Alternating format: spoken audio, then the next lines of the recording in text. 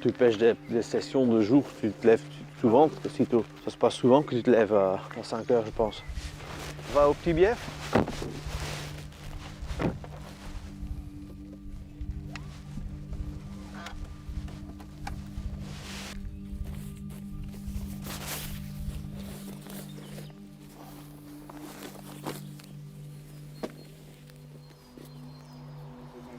Alors, les mecs ils vont se réveiller vers 9 h. Avant 10 h, ils seront passés, hein, les bateaux. Il faut tenir compte de ça. Faut aller pêcher. Faut pêcher. T'es prêt?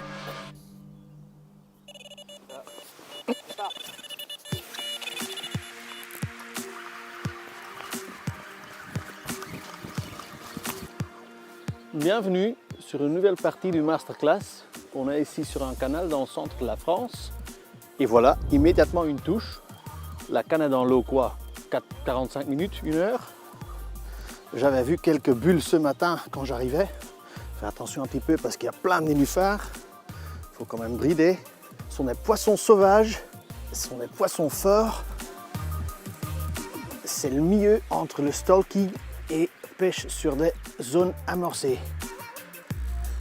Et dans ce parti ici, on va vous tout montrer, les petites astuces, comment aborder et comment avoir du succès dans les canals. Parce qu'en France, il y en a plein de canals et moi je suis belge comme vous entendez et je vois que les Belges, ou c'est plutôt les Belges, les Hollandais, les Allemands qui pêchent les canals et je vois très peu de Français qui y pêchent. Néanmoins, il y a des superbes pêches à faire, il y a des superbes poissons à faire aussi. Antoine, tu me donnes le main pour le mettre à l'épuisette. C'est pas un poisson très grand, mais c'est un poisson quand même. Gaffe, ouais, elle est là. Hop. Premier poisson de la session, hop, bim. Tu prends la canne Antoine. Quel début d'une nouvelle session masterclass. On est dans l'eau même pas 1 heure et déjà une carpe sur le matelas. Et quelle carpe! Une belle commune, bien sombre du canal. Le premier, probablement, ou espérons qu'il y aura encore plein qui vont suivre. Super poisson.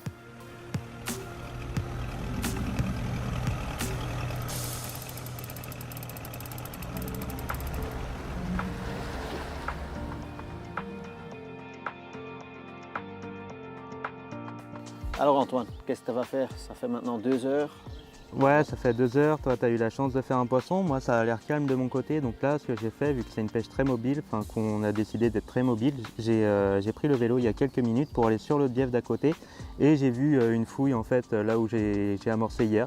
Donc il nous reste environ 1h30 de pêche. Donc je vais aller tenter ma chance. Juste une canne, une épuisette et on s'appelle tiens un poisson. Bim.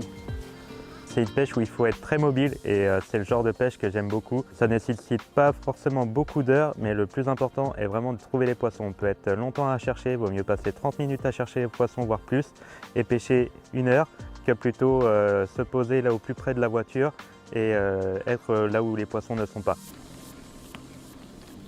Alors, ça a donné? Non, malheureusement Mathieu, il y a le bateau là qui est passé et du coup ça a tout retourné le fond. Et du coup, j'ai pas pu voir les poissons. T'as et plus rien vu? Oh, non, merde. rien du tout. Qu'est-ce qu'on fait avec cette bief? Est-ce qu'on va continuer à l'amorcer? Ou est-ce que tu penses qu'on se dirige plutôt vers des autres zones pour... Je pense des autres zones. Il s'enherbe beaucoup, il y a beaucoup d'herbes et les spots qui nous semblaient évidents ne le sont plus à cause de l'herbe, ne sont plus pêchables. Et avec la météo qui est actuellement, je pense que c'est... Alors on continue le spot derrière, en bas? Oui, là-bas, derrière. Et puis essayer de trouver une autre option. On va essayer de trouver les poissons cet après-midi ce soir. Et puis oui, peut-être que le soleil sera au rendez-vous, mais ça m'a l'air compliqué pour aujourd'hui. Ouais, ils avaient annoncé 20 degrés, c'est loin de ça. Alors, oui. Il fait que 12 degrés, donc bon, on va plier. On verra bien. On va plier et puis on va aller au camping. C'est ça, allez. En fait, c'est un canal qui est quand même il y a beaucoup de secteurs de nuit quand même. Ils sont généralement pris d'assaut et les secteurs de jour sont délaissés. Donc on va essayer de tirer notre épingle du jeu de cette particularité, de pouvoir pêcher les secteurs de jour. Et c'est des poissons donc, qui sont très peu sollicités, je pense, sur ces biefs-là. Donc on va essayer de faire en sorte d'en prendre. On a remballé, donc c'est le bief où j'ai pêché tout à l'heure. Donc vu qu'on est sur la route, J'ai décidé de ramorcer, on va pas le repêcher aujourd'hui. Donc là je vais amorcer quelques bouillettes, très largement parce que c'est des poissons qui se déplacent beaucoup en canal, donc qu'elle tombe sur des bouillettes un peu partout. J'ai choisi les Essential IB et les Banoffee, toutes en deux tailles en fait. On varie les tailles parce qu'il y a quelques nuisibles. Et puis les 14 mm permettent de couvrir une large zone sans gaver le poisson. Donc là j'ai du 14 et du 20. Et puis ça permet de tromper un peu les poissons. Donc deux types de bouillettes, les Height Impact, voilà, donc là les Banoffee et les Essential IB. Une couleur un peu crème passe-partout, mais qui se démarque sur les fonds vaseux. Et une bouillette jaune qui se voit bien sur le fond et un peu anglaise, sablonneux. Donc ça permet de faire un contraste et que les poissons les repèrent plus facilement.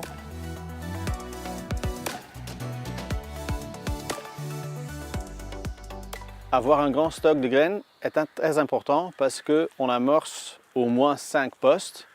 Et s'il y a un ou deux postes qui commencent à tourner, il faut mettre plus de graines. On amorce chaque jour, alors c'est important de chaque jour cuire des graines et avoir de nouvelles graines en attendant d'être cuites le lendemain. On est ici dans le camping au lieu que dans un hôtel parce qu'ici c'est facile pour cuire des graines. Imagine-toi que tu dois cuire toutes les graines dans la chambre d'hôtel, c'est loin d'être idéal. Alors le camping, c'est pas cher, c'est spacieux, c'est parfait. Ouais Mathieu, ouais. Bah là je viens de trouver les poissons en fait juste derrière notre camping. J'ai vu deux belles communes d'environ 15 kg et une autre miroir. Donc on ne savait pas encore trop où aller cet après-midi. Donc si tu es d'accord, je pense qu'on peut attaquer là. Pêcher. On va pêcher. Ou on va immédiatement pêcher. Et une fois qu'on est installé, un de nous deux va amorcer les spots. D'accord. Ce qui est possible aussi. Très bien. Okay. Alright. Ok. On va faire comme ça. Cet après-midi, comme Antoine a trouvé les poissons, on ne sait pas encore trop ce qu'on va faire. Peut-être lui va commencer à les pêcher, moi je vais amorcer. Soit on pêche tous les deux et on amorce après, soit on va d'abord amorcer et on va pêcher après. Il faut encore un peu voir ce qu'on va faire. On s'est décidé avec Mathieu, lui il est parti amorcer et vu qu'il a fait un premier poisson ce matin et que moi pas encore, je vais commencer à pêcher puis il va me rejoindre ensuite. On n'a pas du tout pré-amorcé, au début c'était pas prévu de le pêcher mais les poissons sont là donc on est opportuniste et le but c'est d'essayer de te faire un poisson, donc c'est parti. On marche beaucoup avec les brouettes, les chariots, donc c'est très physique, il faut se lever tôt et même une fois qu'on est sur place, les cannes sont par exemple ma canne elle est derrière moi à plus de 200 mètres, donc il faut marcher, donc 200 mètres retour, 200 mètres aller, donc ça fait beaucoup de marches et beaucoup de recherche des poissons entre chaque pêche pour trouver les poissons. C'était une bonne décision de sa part de rester ici parce que le moment que je revenais, il avait un départ. Alors j'étais juste à temps pour mettre poisson à l'épuisette. Maintenant, comme on a encore quelques heures avant qu'il fait nuit, je vais poser les cannes et peut-être, avec un peu de chance, moi aussi je ferai encore un poisson ce soir. Faudrait qu'on ait un run là, que nous deux ils partent comme une flèche.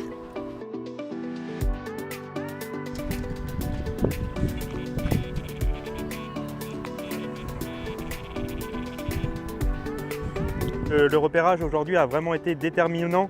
Le fait d'avoir vu les poissons, ça m'a mis en confiance parce que ce matin c'était mal parti. Le repérage, les lunettes polarisantes qui sont parties de ma casquette quand j'ai eu le départ, beaucoup de marches et à vélo aussi pour repérer les poissons. Marcher plusieurs centaines de mètres, ça paye. Et hop là! Donc là, deuxième petite commune, donc on voyage très light.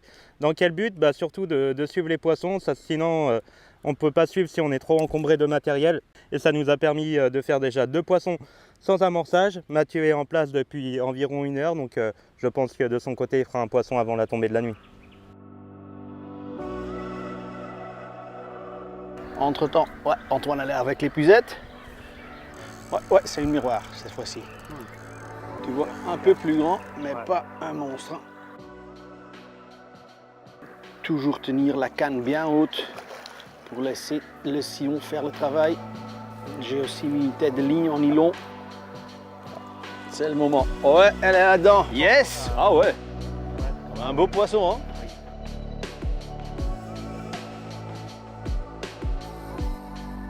Quel beau poisson foncé! Je suis vraiment content de la journée. 4e poisson dans l'épuisette. 3 poissons un peu plus petites. On se posait des questions quand on allait faire un poisson un peu plus grand et bim, on va laisser nager.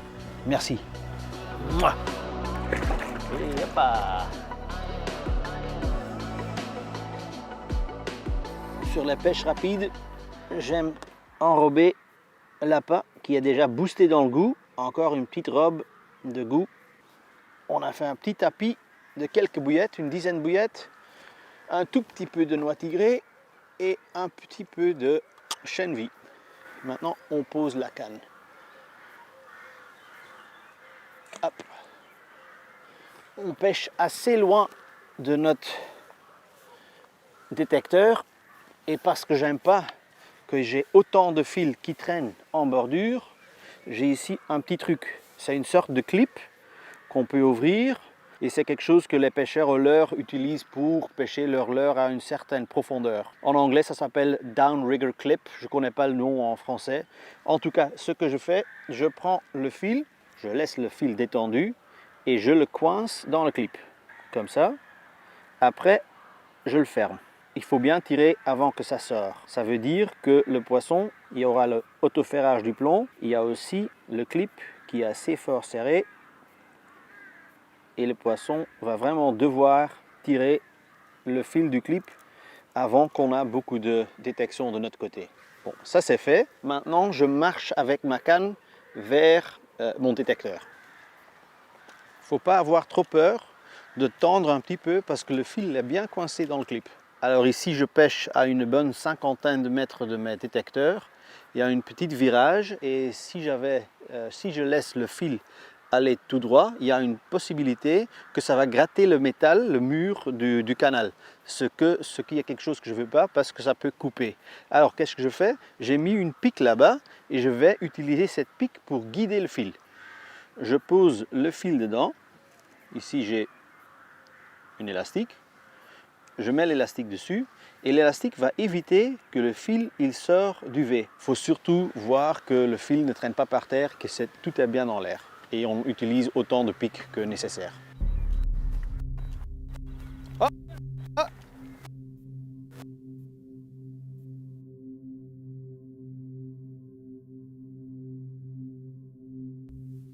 En blowback ou en chod?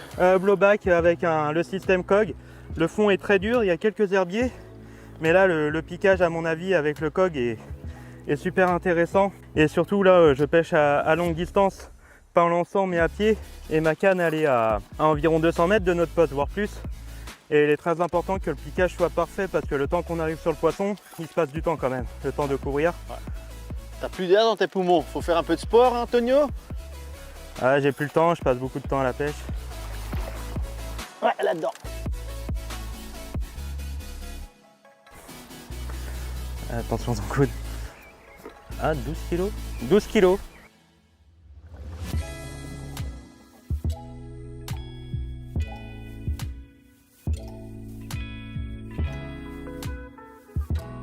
On a eu une belle journée, 5 poissons au total, en 2 très beaux poissons. On finit maintenant, on a amorcé encore des graines et des bouillettes sur 6-7 postes. Comme ça, on a quelque chose à démarrer demain matin. Demain matin, 5h30, 6h, on sera ici de nouveau. On va voir si on voit des fouilles et on va de nouveau mettre des cannes dessus. Et avec un peu de chance, on peut encore faire quelques poissons demain matin.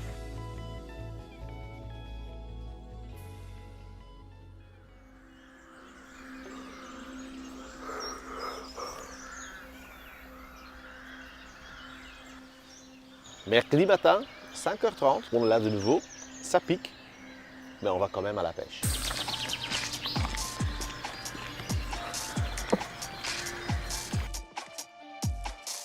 Dans ce type de pêche, il faut voyager léger parce que les poissons sont très mobiles. Donc on peut les voir à un endroit et des fois nos plombs peuvent les faire fuir. Et ils vont être 300-400 mètres plus loin. Donc si on a beaucoup de choses à remballer et que c'est lourd, on va perdre beaucoup de temps et on va se fatiguer plus vite. Donc là, 2 cannes, ça me permet de remballer très rapidement. 2 épuisettes parce que mes cannes sont souvent éloignées. Et voilà, je peux suivre les poissons très facilement. Et ça me permet de me rapporter des touches. La mobilité est vraiment payante. Là, on est sur des zones de pêche de jour qui ne sont pas en pêche de nuit. Et du coup, ça nous permet d'avoir des poissons qui subissent moins de pression de pêche. Donc c'est clairement un avantage parce que déjà, on enlève le fait que les poissons sont peut-être moins méfiants que sur des biefs où il y a une très grosse pression de pêche.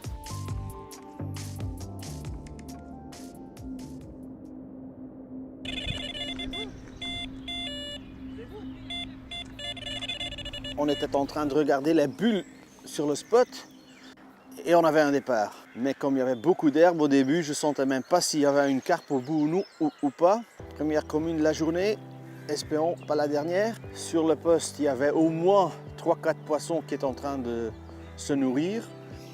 C'est pour ça que je joue le poisson un peu en aval du spot pour ne pas faire trop de bruit sur le spot. C'est clair que l'amorçage d'hier soir a bien marché. Allez hop Antoine.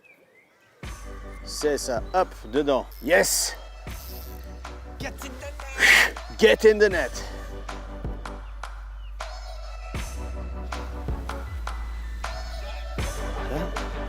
Je vous présente une belle commune que j'ai fait sur mon montage préféré, le Chud Rig. Ici, il y a plein d'herbes et dans ces cas-là, le montage Chud, c'est vraiment nickel parce que ça pêche tout le temps. Sur le poste, il y avait plusieurs poissons en train de fouiller. Espérons qu'on peut encore prendre un ou deux autres. Merci ma belle. Pour cette session de pêche, j'utilise un montage Chud monté sur un leader en leadcore. Je prends plomb pas lourd parce que les montages Chud ont un peu la désavantage, si vous les pêchez avec des plombs très lourdes, vous allez avoir pas mal de décrochage parce que le bas de ligne est tellement court et le plomb sera pendant le combat très courte contre le poisson. Au-dessus du plomb, j'ai un Elisave. Quand je tire le leadcore, il y a le bide qui s'ouvre et le plomb qui peut se libérer. Alors, pendant le combat, comme ici, il y a beaucoup d'herbiers. Je préfère que je perds le plomb, alors ça va prendre beaucoup moins d'herbiers et le poisson va nager beaucoup plus haut dans l'eau pour le jouer. Si vous ne voulez pas perdre le plomb, c'est très facile. Il y a un collier livré avec. D'abord enlever le plomb, on ouvre le système et là-dedans, vous ajoutez le collier, vous le refermez et après, ça sera plus possible de l'ouvrir comme ça. Et dans ce cas-là, ça se pêche comme un clip normal. Au-dessus du Elisave, j'ai un Leadcore Chud Safety System. Alors, de quoi est-ce que ça consiste? Ça consiste d'un bide qu'on glisse sur le Leadcore et qui gère comme tampon. Pendant le combat, vous allez voir que ça glisse juste en bas contre l'Elisave. Alors, il suffit de remonter le bide à chaque poisson que vous faites. Au-dessus, il y a un manchon. Et sur le manchon, il y a un perle avec une coupure dedans. Le but est de glisser la perle sur le leadcore. En cas d'une casse, l'émerauton va toucher contre la perle, hop, et le bas de ligne peut se libérer du leadcore. On continue le leadcore, environ 1 mètre. J'ai un petit anneau pour faire une connexion boucle en boucle avec le fil qui vient du moulinet. Dans ce cas-ci, j'ai monté le montage Chud avec un QC Swivel. Le QC, c'est l'abréviation de Quick Change, ce qui veut dire qu'on peut facilement changer le bas de ligne. C'est pour ça que le Chud Rig même, j'ai opté de le faire avec un crimp et un anneau au bout. J'ai opté pour le moustrap en 25 livres parce que ça se coince bien avec le sleeve en 0,6 mm. Après, on a l'hameçon. Pour l'hameçon, j'ai opté pour un Chuddy en taille 4. La particularité de l'hameçon Chuddy, c'est qu'il a l'œillet vers l'extérieur. Vous voyez que l'hameçon est bien présenté en dessous lèche. Et comme ça, il est parfaitement dans la parfaite position pour piquer. Au-dessus de l'hameçon Chud, j'ai un petit boucle dans le moustrap pour connecter un rig ring qui va laisser lèche assez libre au moment que ça pique. La bouillette même, elle est attachée avec un floss cap très costaud. Les poissons-chats ne vont pas arriver ou les écrevisses choper la bouillette du montage. Ça m'a déjà rendu énormément de poissons. C'est un montage qui pêche toujours sur n'importe quel fond. n'importe autant de blanc, écrevisse ou poisson-chat joue avec le montage, elle va toujours se remettre dans le bon sens. C'est vraiment quelque chose qu'il faut essayer parce que ça va vous donner beaucoup plus de poissons dans le futur.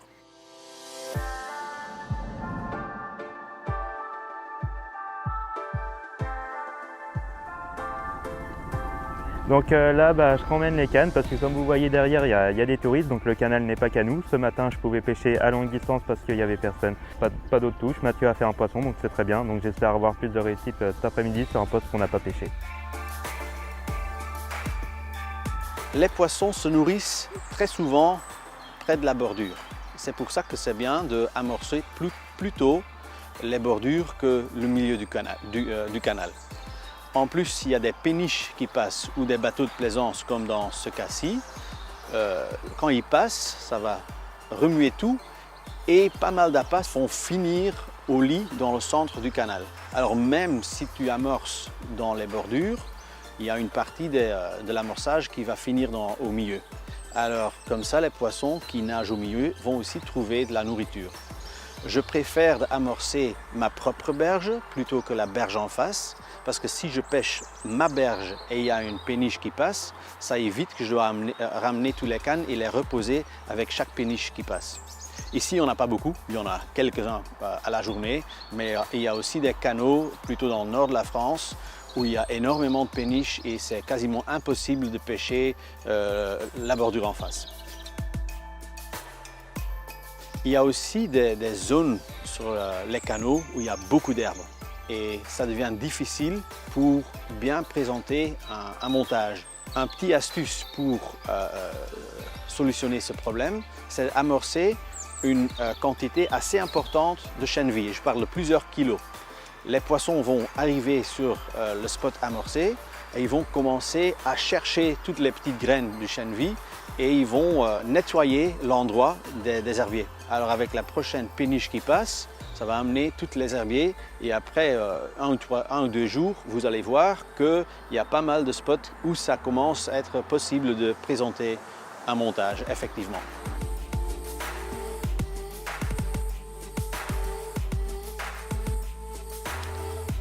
Allô Antoine, tu m'entends?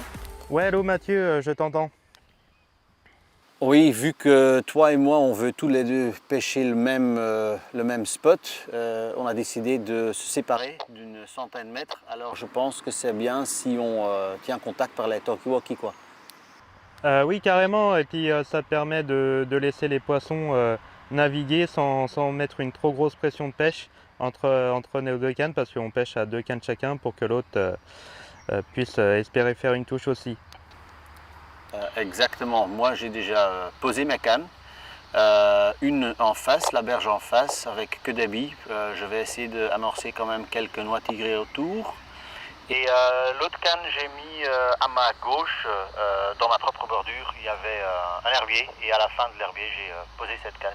Bon, on va voir, on a amorcé plusieurs fois, on ne sait jamais s'ils sont déjà dans la zone. D'accord Mathieu, ça me semble une bonne idée. Là où on pêche le même spot, je vais mettre aussi une canne à la bouillette pure. Et par contre, j'ai trouvé un autre spot où c'est sur la berge d'en face une buse avec une petite sortie d'eau. Donc celle-ci, je vais mettre quelques noix tigrées. Et voilà, parce que je crois avoir vu un poisson-chat, mais je ne sais pas s'il est tout seul ou pas. Ok, merci. Allez, bonne chance, on tient contact. Bye bye. Bye bye. Dans tous mes types de pêche, j'utilise les Black Singles. Ils sont vraiment plus légers en aluminium, les autres étaient en inox. Et pour mes pêches, c'était moins adapté. Ils étaient très fonctionnels, mais le poids était un handicap pour moi.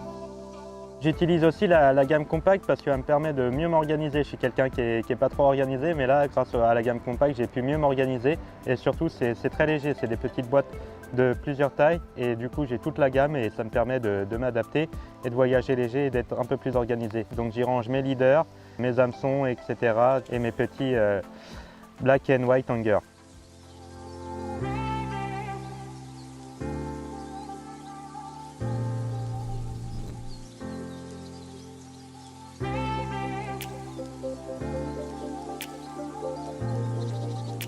Ouais, donc toute cette petite organisation me permet d'être vraiment très rapide et à être en place Donc là, ce soir, là, j'ai fait 2 poissons en 30 minutes d'intervalle, dont un directement sans avoir eu le temps d'amorcer. J'ai fait un poisson au bout de 10 minutes, donc c'est super. Et si j'avais mis longtemps à m'installer, j'aurais sans doute pas fait ce poisson.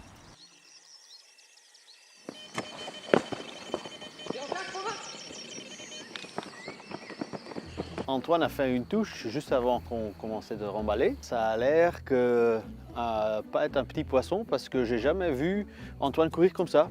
Dans les dernières 2 minutes, il a fait quoi 150 mètres de canal et encore 2 km avant l'écluse, alors il peut encore un petit bout. Une petite miroir, tu te fais tirer 150 mètres, baiser mes 2 postes. Il est en train de baiser mes 2 postes pour une petite miroir. Hop. Ouais. Bon, poisson dans l'épuisette, ça n'a pas l'air d'être un très petit, mais il fait un peu noir, alors ça durera jusqu'au moment qu'elle est au matelas de réception pour voir ce qu'on a vraiment fait. C'est un miroir, ça c'est sûr, je pense entre une 10 et 12 de kilos. Tous les 3 poissons sont venus sur la même canne, alors on a 4 cannes, il n'y a qu'une qui produise. C'est bien d'avoir fait 3 poissons, mais on est 2 pêcheurs, c'est pas comme si j'étais tout seul. C'est ça. Et c'est assez frustrant d'avoir qu'une canne qui démarre. C'est ça, même si on partage le départ. Alors qu'on a amorcé 2 jours et on a l'impression que c'est pas très productif. Nos efforts sont pas vraiment récompensés. On a fait du poisson, on est déjà à 9 poissons maintenant en 2 jours. Ce qui est pas mal. Hein. Ce qui est pas mal, et pour 10 départs. Donc je serais plus dans une optique de bouger et d'essayer de vraiment, comme presque dans une approche de stalking, trouver vraiment les poissons et essayer de les faire. Ok, très bien. Ah, voilà une belle manière de conclure cette journée pour moi qui était mal partie puisque j'ai perdu un poisson ce matin. Et donc là, je termine cette petite pêche avec 3 poissons sur la même canne. Donc j'avais jamais pêché ce bief-là. La première miroir de cette session canal pour moi. Je suis vraiment content et je vais remballer tranquillement après.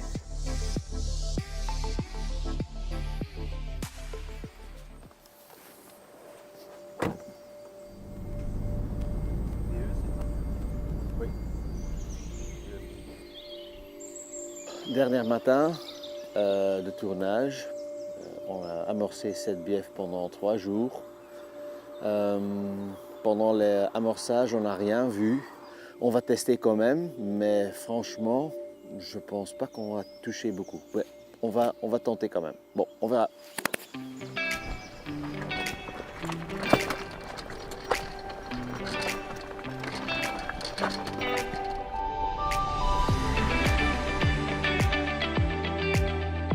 J'utilise le système COG tout d'abord parce qu'il me permet d'avoir un superbe autoferrage. La masse de l'autoferrage est dans le centre du plomb et ça me permet d'utiliser des plombs plus légers pour faire moins de bruit tout en ayant un autoferrage accru. De plus, si vraiment je suis tanké dans les herbes, je peux régler la connectivité du clip plomb pour perdre le plomb au cas où, mais pas systématiquement. J'utilise ici la version plate pierre parce que le plomb il est plat et j'ai pas besoin de lancer. Et ça permet d'une utilisation très variée, qu'on se pêche du bord, en bateau ou en lançant. Mais on le recommande principalement avec des bas de ligne rigides comme la N-Trap semi-stiff, l'hybride stiff et le fluorocarbone. Premier départ de la journée sur un nouveau bief. Donc là ici j'utilise la Subbred parce qu'elle me permet de pêcher à longue distance vu qu'il n'y a pas d'élasticité. Et ça me permet de détecter les touches à très longue distance. Parfois on est amené à pêcher à plus de 100 mètres, 200 mètres en canal et ça me permet d'avoir la touche en direct et de partir sur le poisson. De plus, il y a beaucoup d'herbiers ici, donc ça me permet d'être plus résistant et de couper l'herbe, même les nénuphars quand il y en a. Donc j'utilise avec une tête de ligne en XS Snag Leader pour avoir plus d'élasticité pour les combats en tout cas et pour protéger le poisson. Il y a aussi quelques grosses pierres, donc ça me permet de protéger les derniers mètres. Allez-y, hop là. Voilà, là on est sur un nouveau bief. Voici la première touche, 10e poisson de la session, prise avec le Blowback Rig. Pour le moment, j'ai eu aucune décroche.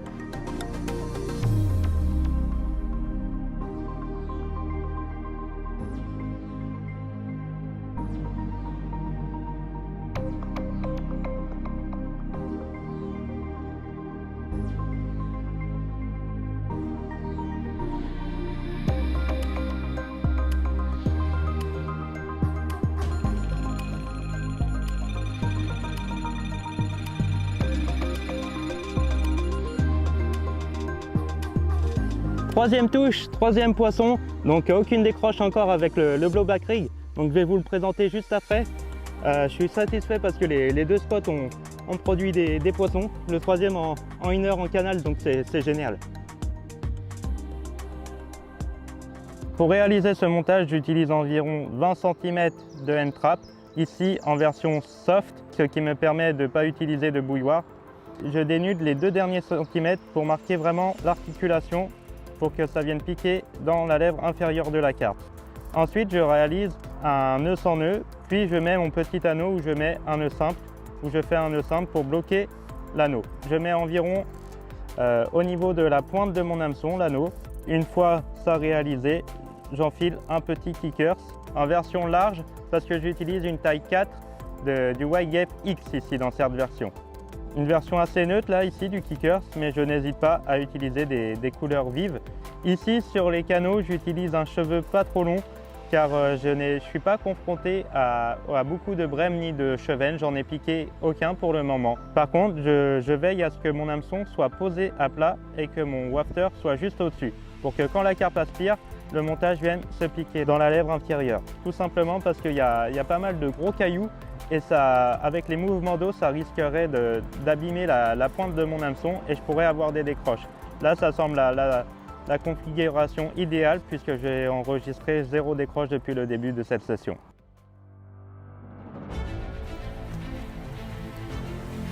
Yeah, get in! Yes!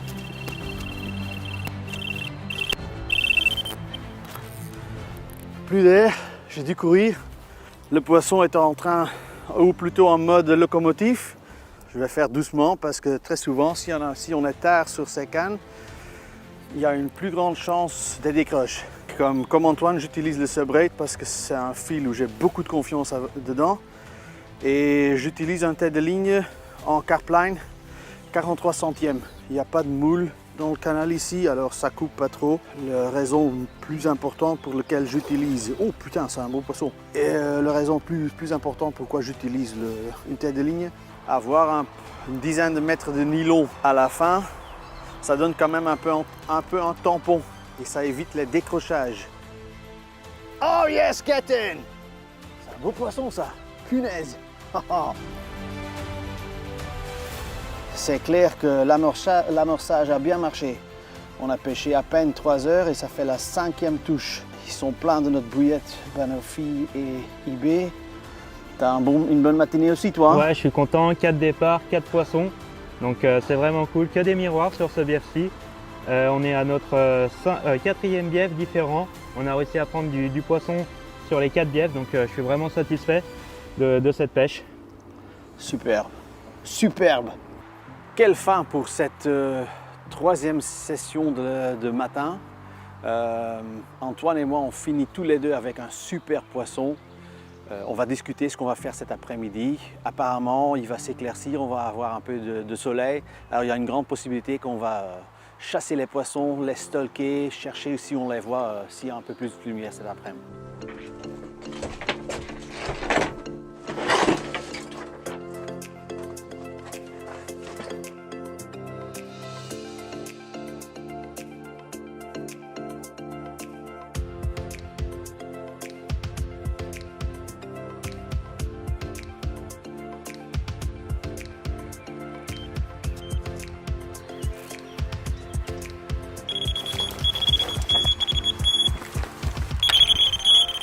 Ouh, c'était le dorsal ça. Oh, un départ sur la canne de droite. On est presque à la fin de cette tournage masterclass. Et qu'est-ce qu'on peut conclure? Tout d'abord, on a appris que, comme presque quasiment partout, localiser les poissons, c'est la partie la plus importante. On a passé pas mal de temps pour préamorcer des différents spots. Et même si ça nous a apporté des poissons de surplus, comme ce matin, je pense quand même si on avait investi le temps